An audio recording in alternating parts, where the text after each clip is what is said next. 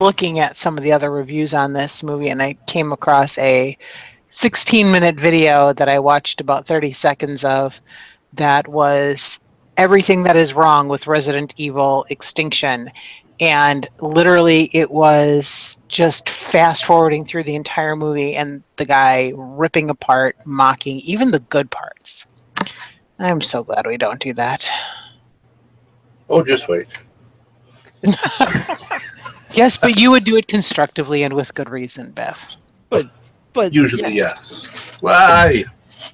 But the way you present things is so much better than I've never been really into the this many things wrong with this film. You know, like sitting here going, okay, you could do that with every single movie made, just about. You know, I mean, okay, here's what's wrong with it, but does that make it horrible? Well, we'll find out. So let's roll this puppy.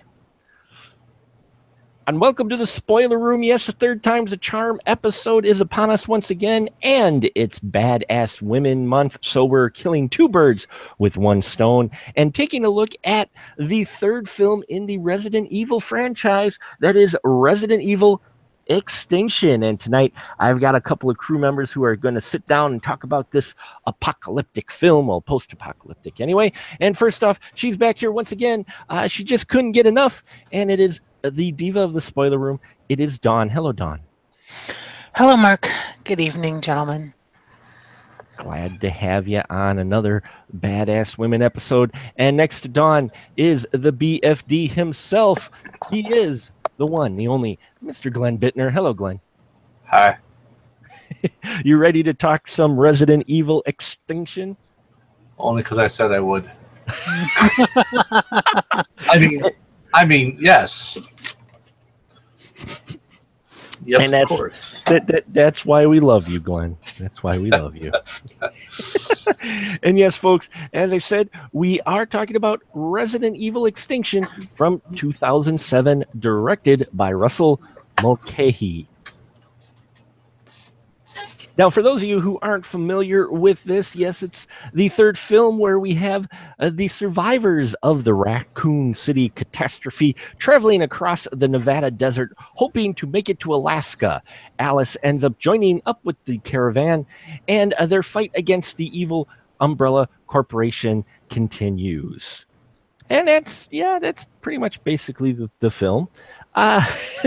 Before I give my thoughts on it, let's go first to Dawn. Dawn, your initial feelings with Resident Evil Extinction. I actually really like this film. It's not a great film. It's not necessarily huge in character development. But it is the next logical step in the franchise. I mean, the first movie was pretty much the prequel to the game, showing how Alice got to the point where she's, battling Umbrella and the zombies. And then the second movie was kind of happening during, at least at that time, that part of the game. And then Extinction is once the world has ended, essentially, and they're surviving. And Alice she already knows that she has powers. She already knows that she's a danger. And it's just kind of the world has moved on. Mm-hmm. I don't know. I thought it was handled pretty well. And from your introduction, Glenn, how did you feel about Resident Evil Extinction? It's the third movie in the franchise. Well, it has parts I like. Mm-hmm. I think there's some of the action scenes, some of them are done very, very well. And how some of the story progresses is fine. There's some nitpicky stuff, issues that I have with it I'll get into later, and it's kind of along the lines of the same types of things that I have problems with, like the TV show Walking Dead and a lot of other things where It's the we need to force something to happen, Mm-hmm. and it's going to be ridiculous and not make sense, but we're going to do it anyways. Yeah, there's definitely the moment when you get near about 2/3 of the way into this film where there's a specific moment which we will touch on, that you're just like, eh? For me, I look at this as like a cross between Day of the Dead and Damnation Alley. Really? Sort of along that line. Yeah, I like this. This is my favorite of the franchise, actually. I really enjoy this. Now, I have to put a caveat because by now with this one, they've completely abandoned the film. In the first, the video game, in the first one, they pretty much ticked off every fanboy because they're all like, "Who the hell is Alice?" And where's the creepy house? You know, what are we doing in the high? What the hell? And that was because Anderson, who directed the first one, said he didn't like video game movie adaptations of video games because they always disappointed the fans. So they didn't even try to with the first one do the video game. But then in the second one, you do get them trying to do the video game because you get Jill Valentine in there looking like Jill Valentine, you know, and you actually get characters from the video game in number 2, and the setting is Raccoon City, and that one almost felt a little more like fan service where they combined the second and third video games because you get Nemesis in there as well, who was in Resident Evil 3, and then there's this one which has nothing to do with any of the video games from what I've played whatsoever, really. But yeah, this is my favorite one. And out of them, I enjoy it for a number of reasons. I agree. I like the action scenes. I like where they went with the story. For the most part, the ending, that third act, I was like, okay, now we're just setting up for another movie. But up until the point where she gets to the Umbrella Hive, I'm like, I'm really down with it. And then as she traverses into the hive and stuff, and they get into more of the things, I'm like enjoying it a little bit less. But overall, yeah, Extinction is my favorite. Now, I'm going to offer you an alternative idea of why this movie appeals to you. Because it may remind you of Damnation Alley and Day of the Dead, but it's also a spaghetti western Mad Max movie. Yes, I was also going to say Mad Max. You are absolutely right. It is like this amalgamation of your post-apocalyptic films. It does definitely have, especially the first part with the convoy, and that is total. You're just like, wow, you guys aren't even trying to hide the fact that you're doing a Mad Max kind of, influence here. At all, Glenn? Did you see that at all? The Mad Max influence in this? Oh, of course. Yeah. And I didn't mind that because I thought the first act of this film, the first chunk of this film, was actually really well done. I mean, even up to the crows. Don, what'd you think of the crow scene? The whole zombie crows. You know, that didn't bother me so much. It kind of made sense. In other zombie mythologies, specifically Stephen King's The Stand, the birds were infected by virus because either they were infected because it was cross contagious, or like with the crows, they were eating the infected flesh, which made sense. And then the crows responded the same way that the infected humans responded. So it kind of made sense. But the whole telekinetic blowing up of the crows, yeah, that was That looked awesome, completely ridiculous, but It was visually very good. Yeah. oh, it was a completely eye candy moment in Hmm. this film, but it worked.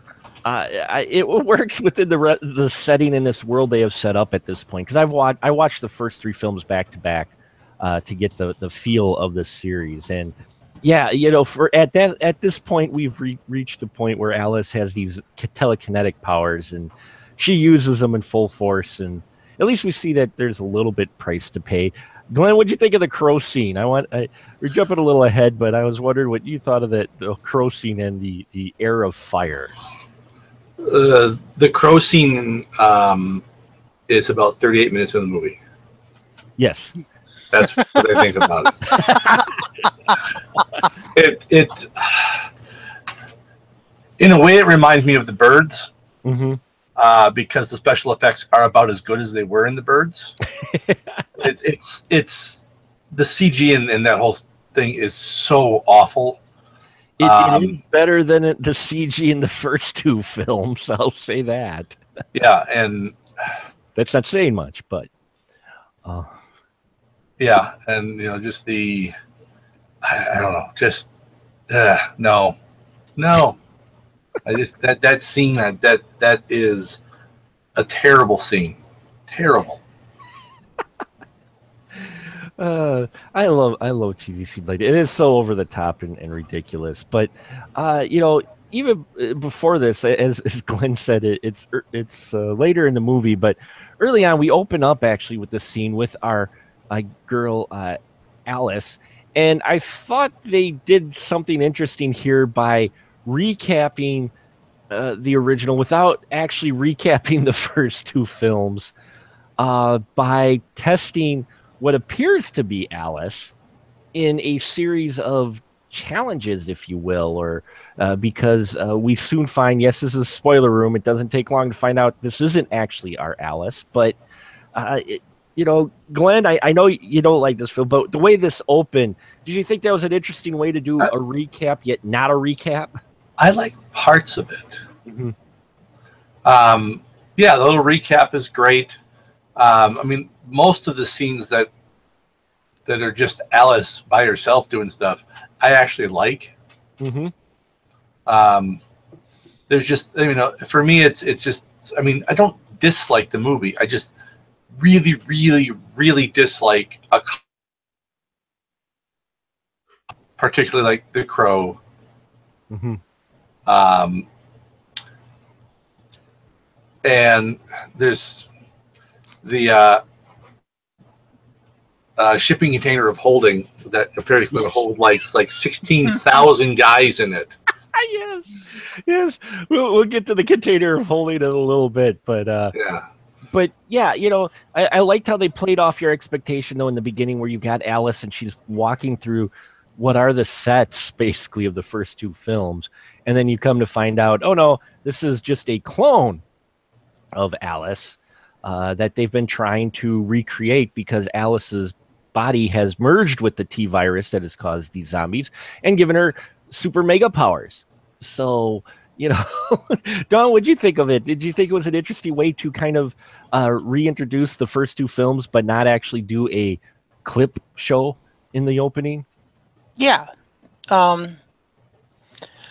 Yeah, I think detail-oriented people will catch on sooner to smaller things, like there wasn't the scar on her shoulder the first time, and just small things that are like, oh wait, no, this isn't the first movie. Right. And then you don't have to pop out the disc and make sure that you got the right disc in, because that didn't happen to me at all. It happened to me too. I started it and I'm like, wait, is this the right? What? Actually, she did have the scar in the first one, because when I watched it. But no, you're right. The way they did direct that, it's like, wait, I just seen this. Especially when you watch them back to back. I thought for sure I put the wrong disc in. So you're not the only one. I was like, this seems too familiar. Did I? And then she hops to the Raccoon City destroyed landscape, and then we're like, oh, okay, this is just an obstacle course. So anyway, I think they were trying to shock the audience by showing, oh, hey, look, we killed off the main character for the first two films. Oh, no, we didn't. Ha ha. Wink, wink. When anyone who has probably known the series knew that wasn't actually Alice. Mainly from the trailer, because the trailer had the crow scene in there with the fire in the sky. But so, yeah, she's on her own. And later on in the film, right after this, she gets through. We get a little bit of a exposition, a little voiceover of what happened to the world, which is the T virus not only killed people and made them zombies, but it dried up the world a bit. And then we get our insert redneck cannibal family in here, Dawn. Yeah, we do. What'd you think about this scene? I mean, was that any more cliche though? No, I don't think we could have gotten much more cliche with that one. That one, I watched the commentary, and was it the commentary? I think it was commentary, and they were supposed to have like her when she got to the TV station. She was supposed to be like reviewing old news footage, but instead they inserted the cannibal family. I don't necessarily think it was an improvement, but you know, I did like the dogs. Well, of course, the dogs are in every frickin' film. I'm not sure they could have gotten the dogs in any other way. No, they couldn't at this point. It makes you wonder how they're going to work the dogs in, because the dogs have been in every film up to this point, and even after that. And that's like to remind people, hey, this is based off of the Resident Evil video games. In case you forgot, here's the dogs. But I like the sequence though. I mean, even though it's your cliche cannibal lure people in family, it makes for actually a fun action scene. And you can see Alice has actually come a long way to being more badass than she was. Because in the first one, she actually doesn't do a whole lot of badassery stuff.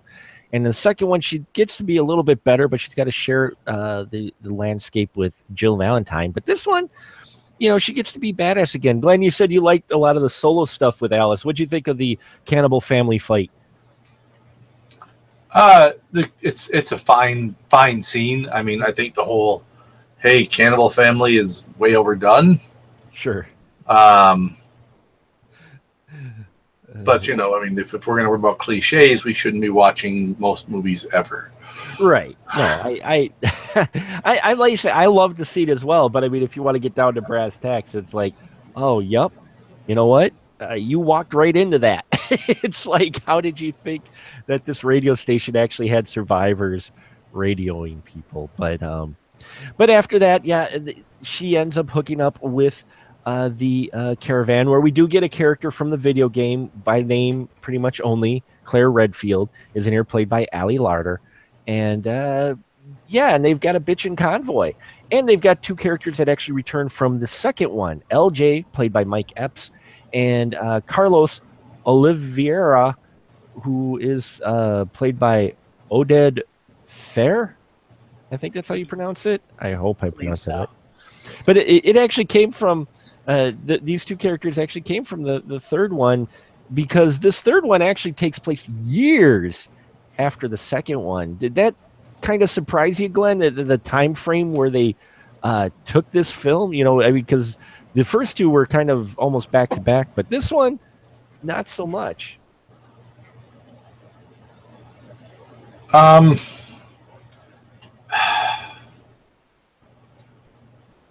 don't know. I didn't put a ton of thought in this film. Sorry.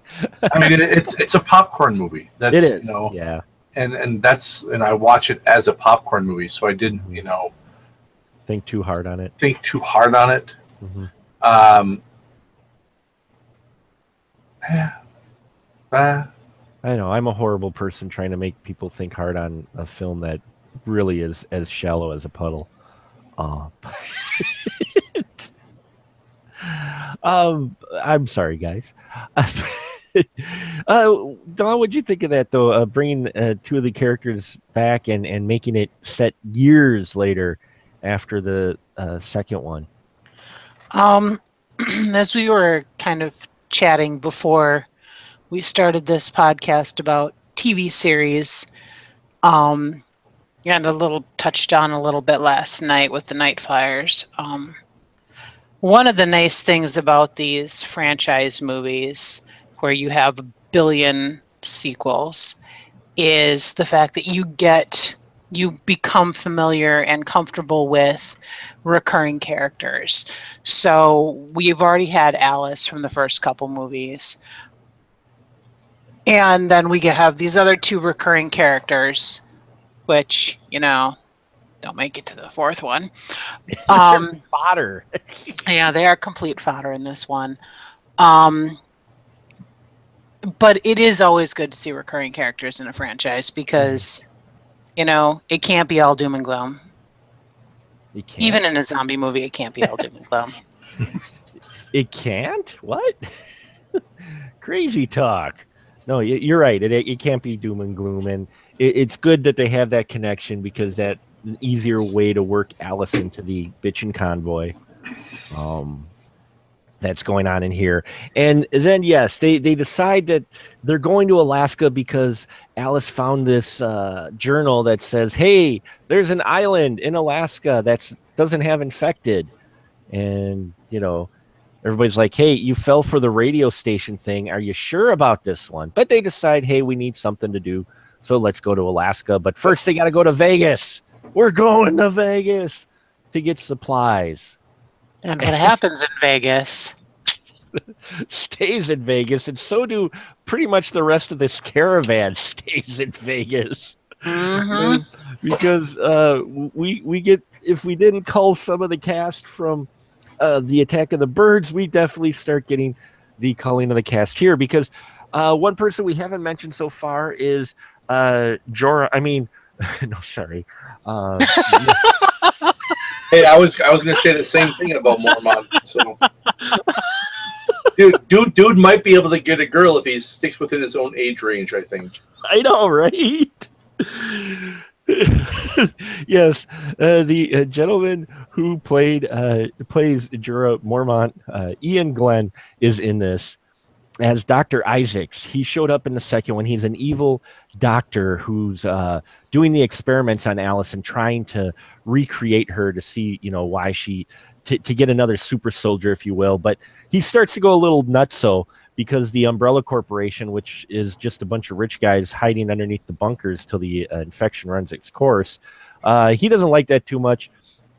So he's been experimenting still, and he creates a whole group of aggressive zombies to fight Alice, I guess. His true motivation behind it, he was supposed to domesticate the zombies, and he's ended up making them even more fierce.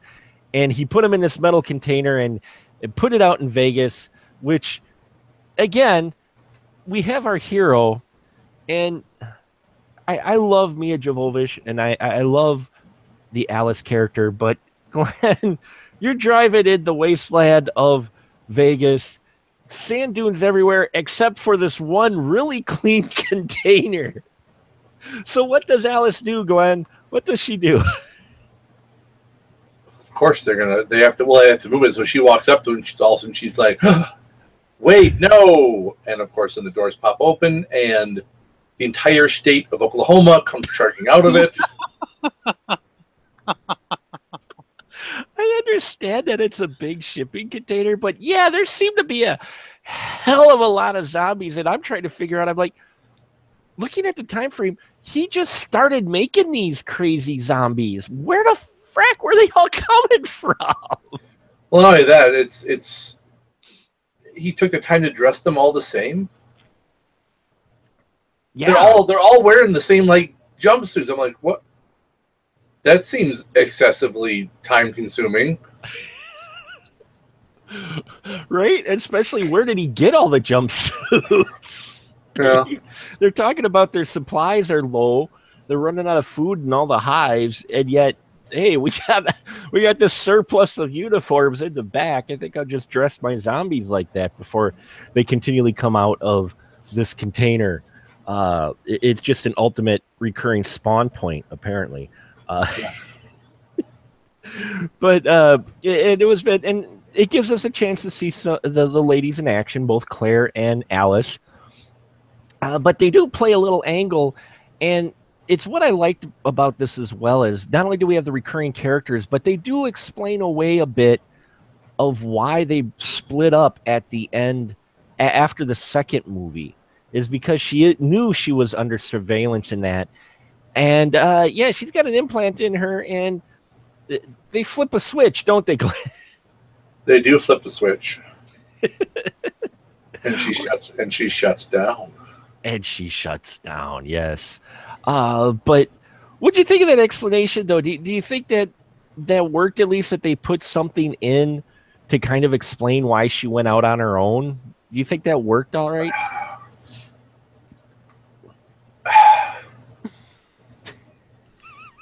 Kinda.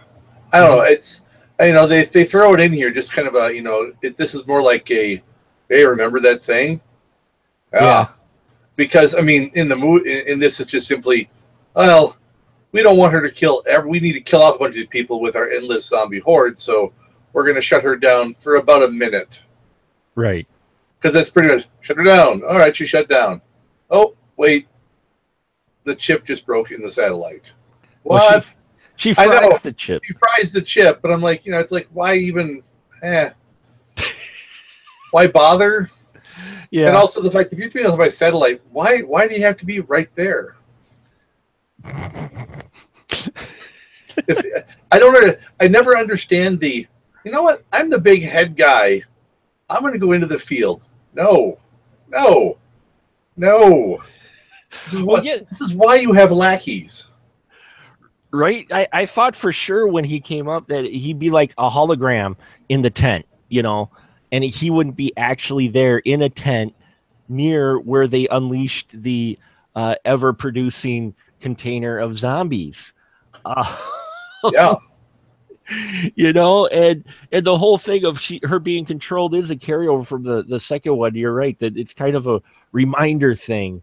But yeah, it's short-lived and they never use it again. Dawn, what'd you think about this whole thing where she was under observation and control at the end of the second one, and that's how they broke up, and then they were able to turn her off, but then she fights the system and they don't visit it. What'd you think about that whole little I think it was, I definitely think it was flawed. Mm-hmm.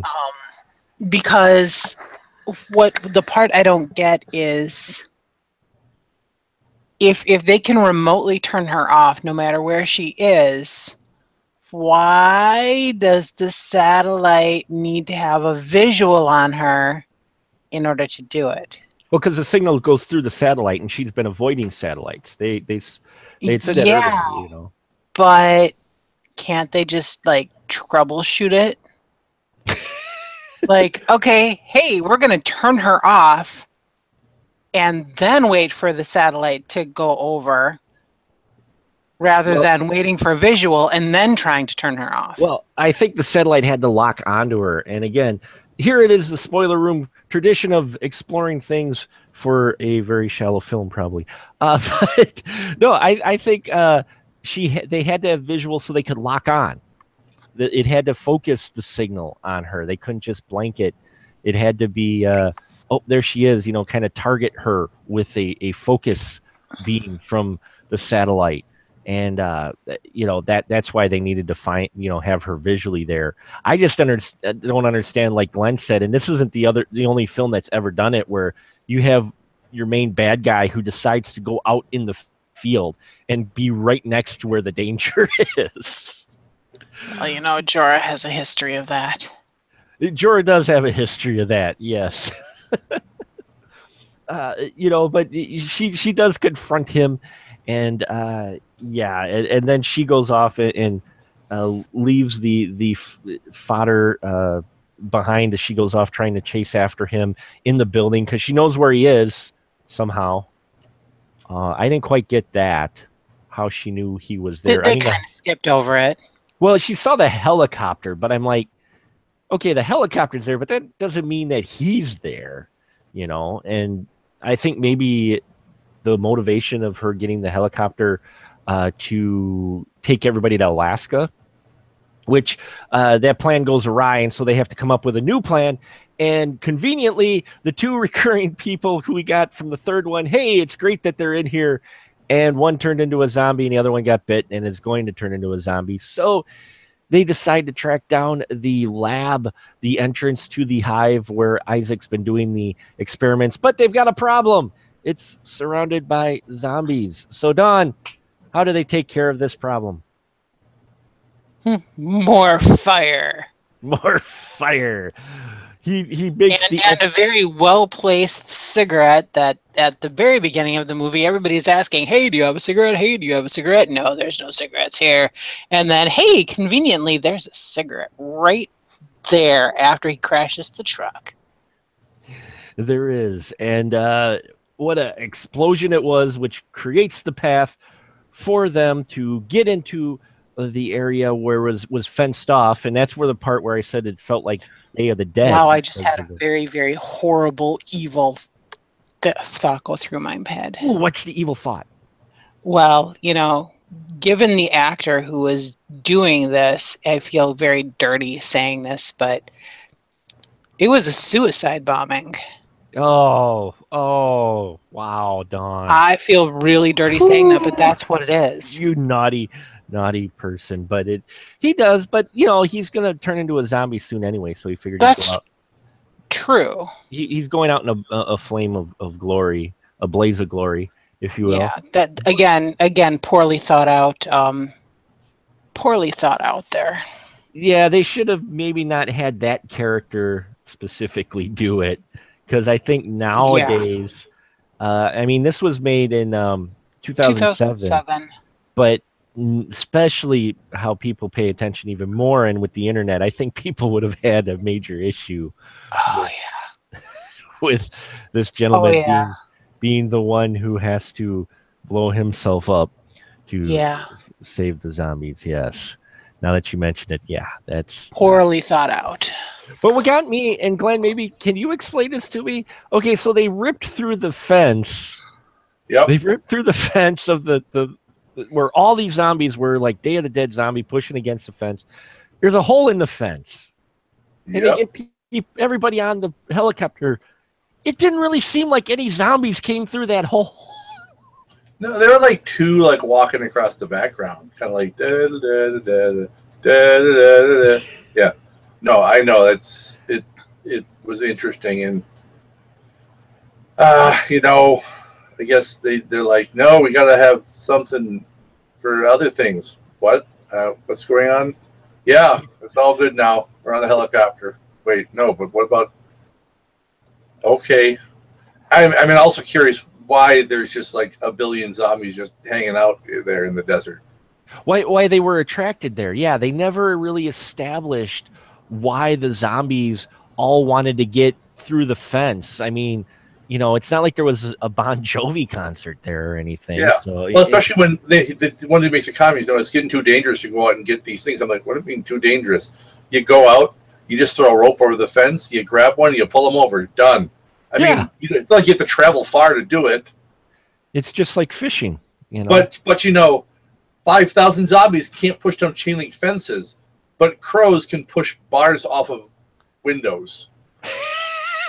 Yes, and push in windows too. Yes. Well, they threw themselves at the window, but yeah, that's the ultimate chain link fence. It's very impressive how it held up to the zombie hordes that, for some whatever reason, were drawn to it. Maybe we're supposed to assume that they have something there that is drawing them to it, but it's never addressed at all, I think, in the film. Is it, Dawn, at all, that of why the zombie horde was there? Not really. The only possible thing I could think of is, well, the only two possible things I could think of, although there's not, it implies that there's not a lot of activity on the surface from that entrance to Hive. But the only other thing it could possibly would be the open pit of Alice bodies.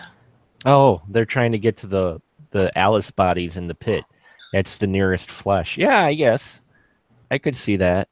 And why they keep that as an open pit makes no sense to me. But hey, Well, you would think you just torch the body. you would think. I mean, you've They got apparently don't rot. no, Yeah. right? Unless, well, I don't know. I mean, the dude can assemble a giant army of aggressive zombies in an hour. So maybe this is just like, a day's worth of Alice's he's killed off. This is just my day crop of Alice's. Yeah. But Alice just manages to get Claire and company, the last remaining survivors, into the helicopter. They fly away, and then she confronts Isaac, who has been bitten himself at one point by a zombie, and now has mutated into something with tentacle arm. And what's crazy about this film is just how they just nonchalantly. I mean, Glenn, did you know genetic mutation and research was just this quick and easy? Oh yeah. I am growing another foot right now. It just started at the beginning of the podcast, and it's almost complete. It comes with built-in springs that I can launch myself across a canyon. So that's yeah, awesome. it's pretty easy to do. I'm just using common household chemicals too. A box of Cheerios, some Windex, and cotton balls. That's all you need. That's apparently all you need in here. You totally made me forget that. Now I'm just picturing your foot with springs. I'm like, that's pretty awesome. Now I want that. But yeah, I mean, genetics in general, even though this was been, I think they implied maybe 5 years since the events of number 2. Dawn, did it impress you how quickly they're able to grow the clones, and also just how he just tosses the antivirus and mutates it and genetically alters it? I mean, they really play fast and loose with any type of science, don't they? They really do. As far as the as far as the clones, yeah, I don't. Granted, I'm not a scientist or a geneticist, but I don't think I don't know. I don't know how far in the future is this. I don't know. Is there technology? Can we assume, for the sake of the story, that if they have technology sufficient to create this many clones, that they have a way for rapid growth? Suspend your disbelief. As far as the genetic mutations to the T virus, I was getting the impression that it was mostly mistakes he was making to get to the uber evil zombies. Oh, okay. While he was actually trying to create a way to control them, he actually found a way to make them worse. Right. I got you. So his experiments actually from domesticating them weren't that. And then there's the whole, since it's gone through so many different bodies and that since he was bit, he's mutated now thanks to the antivirus, which isn't too antivirus, which makes him super healing, ugly super soldier mutant. Well, and that's another question. The antivirus didn't appear to be working, but then his assistant, whoever the heck that other guy was, shot him in the heart and killed him. Yeah. Right? He just shot him. Well, I think that's what may have sparked his mutation. Yeah, definitely. Is what I suspect. And now, don't get me wrong, and as you heard me on the podcast before, I don't need everything laid out, but when you're dealing with stuff like this, just even a short comment of something to help at least go, okay, but they really don't have much of that in here. It's just, you take it at face value, but at the same time, your brain's going, wait a minute here. With all of the science in here, especially. Yes, it's super advanced. I understand that, but still, I don't know. I watching them, like I said, back to back to back like that. It actually doesn't get any better for the explanation of You want it what's. to make sense in its own mythology, and Yes. for to respect your audience and viewership, it ought to make sense within its own mythology. You should follow your own rules. I mean, or have rules of some sort, even if they're loose. But they don't really have that, do they, Glenn? They don't. I mean, they never really establish like what is the way of things, and I think you need that a little bit for a film like this, don't you? A little bit, yeah. I mean, No. it would be nice something, yeah. Because I mean, there are some things that's like, well, why is this happening like this? And I mean, there's other things too that it just I hate when they say things like, oh, we're running out of food. It's like, maybe if Mormont would stop wasting all of your supplies and maybe clone a freaking pig or two instead, you wouldn't be so damn hungry. Instead, he's using all your resources to make about 1,000 Alice's. Right? I mean, and he could grow them quickly too. Apparently, Because like, you can't just whip up a chicken. The chicken would go way faster than an Alice. Yeah, I'm thinking you could do like a chicken in like 3 minutes. now I'm picturing an equation of how many chickens equal one Alice for cloning resources. 15.372. If you don't make roosters, You don't need roosters. you just need chickens. That's right.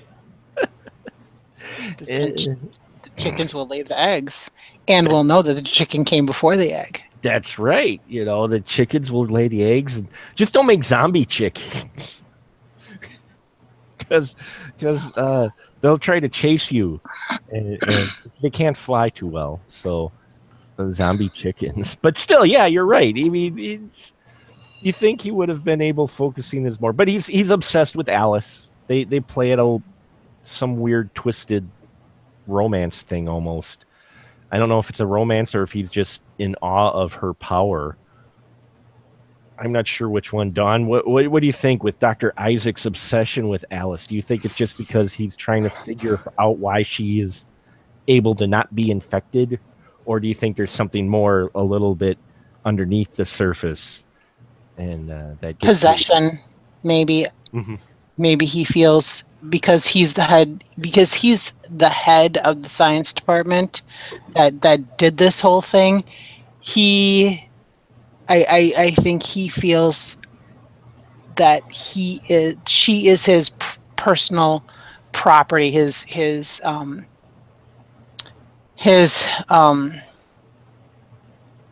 mental property, his trophy.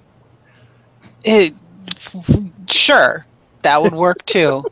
She is a success that he made because he was in charge of the Alice Project. Right. So I don't think it's necessarily romance. I think it's more possession. So he doesn't have the same feelings like he had for Khaleesi. He's got a whole different group of obsession. Yeah, she's his property. Yeah, she's not Umbrella's property. She's his property. Yes. Just like most of the zombies as well. Mm-hmm. So we'll wrap it up here, folks. Yes, I might be digging deeper into a film that it probably deserves, but that's what I like to do and explore these things. And one of the things that caught me at the end, though, is we've talked about how they play fast and loose with the science, and how for me most of this film was good except to the very end. And the reason I say that is because she gets down there in the lab, and mutant Jorah is down there with his tentacles on his arm, and she meets now the White Queen, I think it is, who is the sister of the Red Queen. Now the Red Queen was the computer in the first film and she was modeled after a kid from one of the creators, I think, and she was kind of the evil one. Well, but she wasn't really evil, but she was just kind of neutral. And so now she has the White Queen, who is her sister, who's also an AI in this hive. And you could tell from like when she meets the White Queen on, Glenn, this is just a whole setup for the next film, isn't it? Oh yeah, it absolutely is. You know, and how do you feel about when a film does that? Then, you know, does that take you away from the film maybe because you can tell it's just really obvious? It depends on how heavy-handed it is. Mm-hmm. There are films that exist out there that it's just like, well, that was just an hour and 40-minute long trailer for the next movie. Right. This one doesn't feel like that. I mean, you get that bit at the end, yeah, but it's in some ways in movies like this, it's kind of expected that there to be something to link to another movie. Sure. Especially once you're into 2 and 3, you're like, they're going to keep this going. Of course they are. Even when they say, even if it's called, even if this movie was called Resident Evil, the last one we'll ever make, we promise it'll never happen again, and the ending would be a cliffhanger of some sort. Like, oops. Yep. Don, we were wrong. we were wrong. We wanted more money. What about you, Don? Does it take you away from a film when they just set it up like that for a film, for the next film? And how do you think Extinction handled that? It doesn't necessarily take me away from the film. I think I get your point. It does feel kind of like they were going so well with one kind of movie. Most of the movie was very deliberately done in the bright sunshine, away from the dark tunnels, away from the nighttime filming, which was a huge departure from the way the first two films were filmed. First two movies were filmed, and then all of a sudden, boom! Now we're down in the underground laboratories of Umbrella. We're right back to where we were, and it was like it was like going into a completely different movie right away from there. So it did make sense to segue into a cliffhanger to the next one. Right. And like I said, for me, I think that's why this one is my favorite. Is one, because you get some really cool badass female scenes in here, especially in the opening with Alice just by herself, which I could watch a whole movie with just Alice by herself. I mean, the final chapter that came out this year, I enjoyed the first 15 minutes of the movie because it was just Alice. It was just Alice kicking ass and fighting, leftover zombies in the desolate wasteland of DC. And I loved that. I could almost watch that rather than her always trying to, join up with someone or ends up continually going to the hive. I mean, it'd just be cool to watch a movie, I think, with her surviving. And most of this is kind of like that. But yeah, we get to this part where she goes down in the hive for her revenge, and we get the White Witch, the White Queen, and we get the final scene because she finds her clone, and then she finds her army of clones. I mean, not just like a couple left over. Jorah was busy. He was very. How many clones were in there, Don? Oh God! I mean. And like I said, they seem like they grow awfully quick, though I guess if they can clone someone, I guess they can control the growth. But it was like, wow, it really felt, that cliffhanger for me felt like it was a bit off the rails. What'd you think with that? Do you think it fit within the way the movie was going, or do you think that was just a little bit over the top?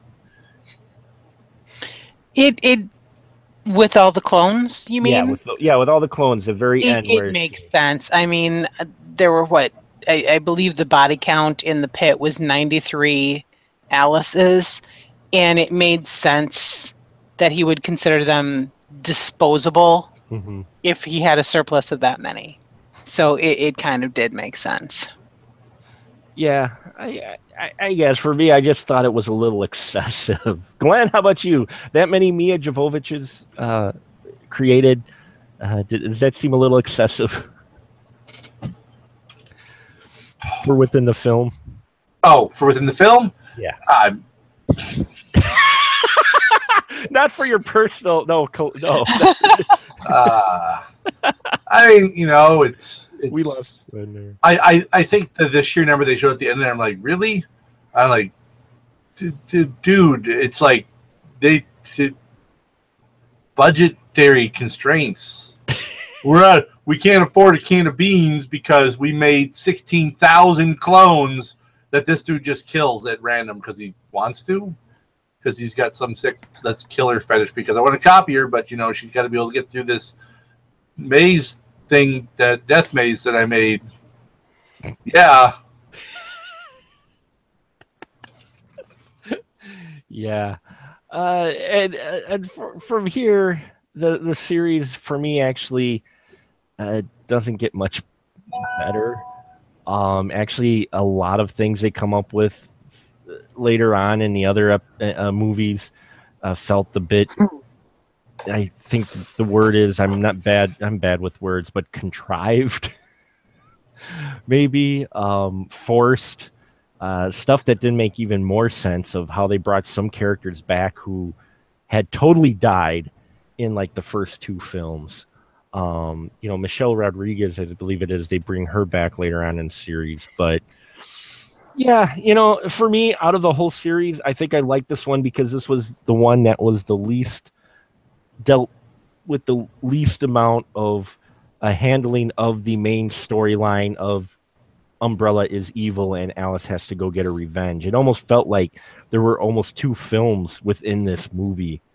The first two acts were one film, and then that last act was a third film, a second film for me. And that's the only real huge problem I had with it. As Glenn said, it's a popcorn film, and we've dove into it probably far more than we probably should have. Just a quick budget thing, because we did cover it in the other Third Time's a Charm film. You can kind of see why they were still making these, because the first one made 60 million domestically, and that was like double its budget back. But as they got a bit more expensive, they made their money back. Number 2 made 51 mil, number 3 made 50 mil, but you can see where this is going. Number 4 made 42 mil, number 5 made 40 mil. And Glenn, you care to take a gander of how much it made this last one? 36. You are $10 million off. 26 million. Wow. All right. The final chapter made $26 million, half of what the first film did. Now, this is domestic numbers. So you're sitting there going, well, okay, Mark, why are they still making the sequels? Because the worldwide, the profit increased. First Resident Evil made 103 million. This is all just numbers according to Box Office Mojo. The first movie made 103 million.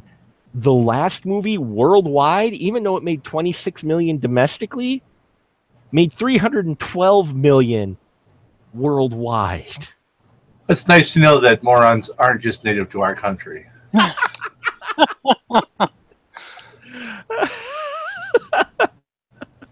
I'm like, wow. I'm like, it is a really weird thing to where the domestic box office goes down, but the worldwide goes up. And, it could be them fudging numbers or something. I'm not sure, or playing their Hollywood numbers. But in any case, it just was a weird trend I found. I'm like, well, I guess that explains it. And we'll wrap it up here. We'll just drop that. Yes, folks, even though there was the final chapter, word is this year, soon after the final chapter wrapped and showed and did poorly, they're going to reboot the series.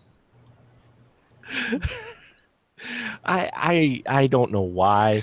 Dawn, what do you think about them rebooting the series? I reboot the series without Mila. Yes. That doesn't make sense. I know, I right? mean, seriously, that doesn't make any sense whatsoever. I know, because she is actually, especially with the later films, I'll be totally honest, she was the only reason I watched the later films, because I liked watching, I like her as an Well, actress, and she actually and kicked ass. she grew with the movie. She didn't get younger. She didn't stay the same. Mm-hmm. She's a good female aging action star that can still kick ass. Right. Yeah, because this series spans like 15 years. They've been Yeah, making these, so yeah. There's, yeah. you're right. I mean, and like I said, I like her in the role. I think the scripts, the stories she's been given for this really have been, lacking as the series went on, to where they just went to be some CGI video game fest. She's as old as I am, and she's still Yeah, she's kicking in her ass. 40s. Yeah, She's in her 40s. We need more stars like her. Kick ass, still very not just used as a sex symbol, but as an action star. Mm-hmm. We need more of those. I agree on that. Yeah, what do you think, Glenn? I know this series isn't the best at all, but without Mia, do you think a reboot would even have a chance? Why would you watch it? Yeah. I mean, maybe a reboot, 10 years from now, when it's like, well, okay, she can't play the role. Mm-hmm. But even then, I don't understand why. I mean, she kind of is. I mean, I don't understand that. No, it doesn't make sense. No, it doesn't. And I guess because someone asked her a question on it, and she said, good luck with that, I believe were her words, or something along that lines. No one's approached her about it. She said she'd love to do another one because she likes being in the world and she enjoys the character, and you can tell she does. And she's the reason why many people went to see these films, is just solely because of her. They didn't even really care about the story. It's because of her character and the fact that her character develops over the series and gets more powers and just gets more badass as she goes along, even though she is getting older, which usually is not good in Hollywood. So the fact she's still kicking ass, at what, and me personally, and no one here on the panel, but Hollywood standards, if you will, you would not, they would start to maybe pass her over, just specifically looking at the age. But she's showing that no, I can still do this. There's many strong female characters out there. You need to give a chance. And so, yeah, I don't. Here you have male actors still playing action roles that they're entirely too old for at the age of 60 and 70. What? And Bruce a Willis? woman is and a woman is considered too old at 40. Right? Yeah. and I say, Mila, keep doing it. I'm not sure about a reboot, but if she was in it, I would see it. But she became the face of this franchise. Her character, her strong female character who kicked major ass throughout this entire series, is the reason why people went to see these films. And if you do a reboot without her, okay, let's draw a comparison here. Mm-hmm. Another actor playing Wolverine. It is never going to happen. Right? Yeah. Same smell. Mm-hmm. It is the same. It is exactly the same. You're not going to get someone who's going to play Wolverine anymore. You aren't. I don't foresee that happening. And if they do a reboot, they should not bring an Alice character into it at all. They shouldn't even really do a reboot. At least not, talk about it 8 months after your final chapter hit the theaters. I just don't. I don't dig this trend, of these movies. Like, oh, we got a reboot now. We finished this one. Now we're gonna start over again. Just it frustrates me so. And So yeah. So we're gonna go down the line. We'll wrap it up here, as with always with the third time's the charm. We ask our panel here, though you can probably gather what they're gonna say. If for the film franchise, if third time was a charm, Dawn, how about you? Oh, absolutely. I liked this one. Not a perfect film, not by any stretch. I'm sure if I really wanted to, I could find or make up, invent some sort of depth, and, you know, I could make a good argument, possibly even believable, but that would take a really lot of work, and it's really not a deep film. Yeah. But fun and worth watching. Grab a beer and a popcorn. Yep, I would agree on that. And Glenn, how about you? Third time's a charm?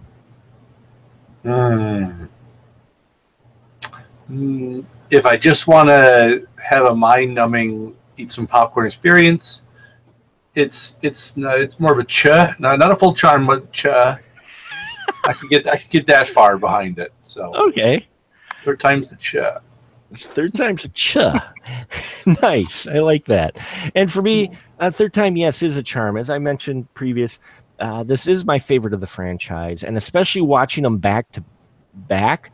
This one, as far as story goes and the way the characters are and everything, I think it's the one that sits best with me. And I think it's because it's the one that has the least amount to do with the whole Umbrella conspiracy. It sounds weird, but it's true. I almost look at this as being its own film. And you could pretty much just watch this one and not be lost, really. You don't necessarily need to watch the first two to follow what's going on in this one. And I kind of like that quite a bit, even though there's references to the previous films. They catch you up pretty good on it. And yeah, for me, third time's a charm. So you got 2 third times a charms and 1 third time's a cha. So take that for what it's worth. We're going to cha-cha out of here. But first, I'm going to have you listen to my panel as they can tell you where you can find them at when they're not here. Dawn, go ahead. You can find me in theaudience.net.